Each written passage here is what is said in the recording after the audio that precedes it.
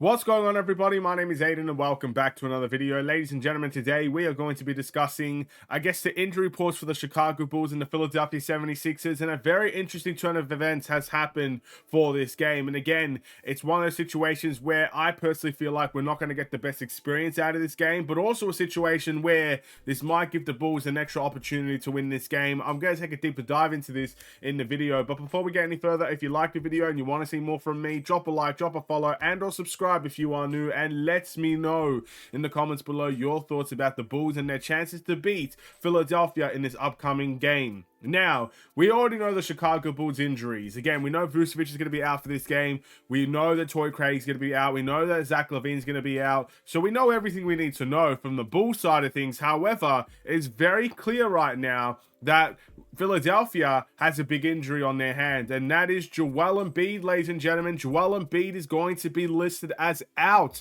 in this game against the Chicago Bulls. Now, we actually versed Philly twice in the space of a few days, so I don't know if he'll be out for the second game, and I believe that game will be in Philly, but he's going to be out for this game with the game in Chicago. This is interesting because Vucevic and Joel Embiid are both going to be out, which means both starting centers are going to be out. Now, I find this a very interesting game for Philadelphia for that reason. Look, obviously he's an MVP caliber player, Joel Embiid, right?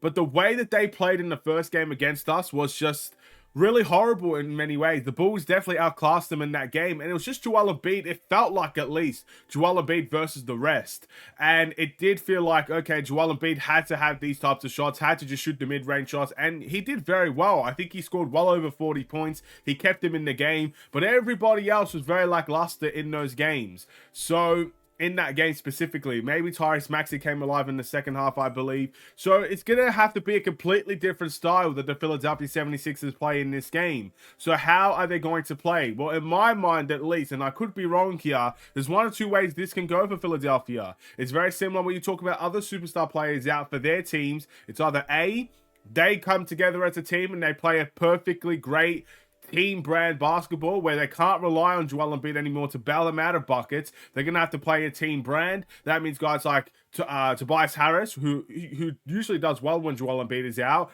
absolutely goes off, where Maxey goes off, where their three-point shooting is unbelievable, and they have a very good team unity. Very similar to the Cavs and how they played against the Chicago Bulls when they had their key guys out of the lineup. They played a great team brand of basketball, and they got the win over us when many people thought we would be the ones beating them. It was the complete opposite. Or number two, and that is that they completely fall apart without Joel Embiid, and we take advantage of that, and we seal a victory at home, beating Philadelphia twice in the season. That's the way that I would like it to go. But for the Bulls side of things, look, it really depends on, I guess, how good our offense can be. I know our defense was a big problem last game against the Indiana Pacers, but I feel like Halliburton was just on an unbelievable level, getting a 20 and 20 with no turnovers. That is, again, that is greatness right there. That's one of the best games he'll ever play in his career, and he's a heck of a player. So with that situation, compared to how Philly will play, it might be a little bit different. And the Bulls can come out there, start the game well, bring the energy straight away, and take advantage of what could potentially be there for us, points in the paint wise, when it comes to pick and roll wise, when it comes to not having to guard an MVP caliber player wise. Look, it does put us in a favorable position to win the game. It does. But there's no guarantees in the NBA. We saw it against the Pacers. We saw it against the Cleveland Cavaliers.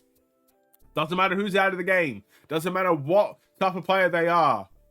Every team still has a chance to win, and the Bulls should very much not fall into the trap and, I guess, the lack of urgency now that Joel Embiid is listed as out. We should not be taking this game lightly. We should not be thinking this is an easy game, because that's when it comes back to bite us where we don't want it to bite, ladies and gentlemen, if you know what I mean. But, of course, in saying that as well, when it comes to the Chicago Bulls, there's a lot that we're going to have to do in this game. Again, let's not play down to the opponent's level. Let's hope guys like Kobe White can come out and have a strong game. Let's hope our three-point shots begin to be made. Let's hope that guys like Drummond can just really dominate the paint like he did in the last two games, especially with putbacks. We need that like we saw against Atlanta. And yeah, it is what it is. But in many ways, I feel robbed in this game as well.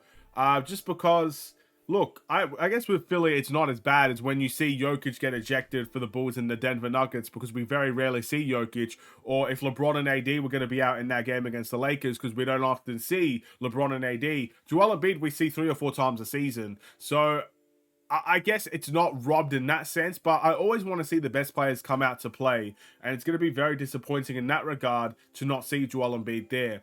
But it is what it is. We'll play who we play. We can only beat what's put in front of us. Let's hope that we actually win that game, and let's hope we're not talking about a loss and an embarrassing loss at that point as well. Let's hope that's not what we talk about. At least make this a valiant effort. That's what I'd like to see. Thank you for watching. Drop a like and a follow, and or subscribe if you are new, and I'll see you in the next one. Stay safe, stay healthy, and stay tuned for more. Take care, and peace.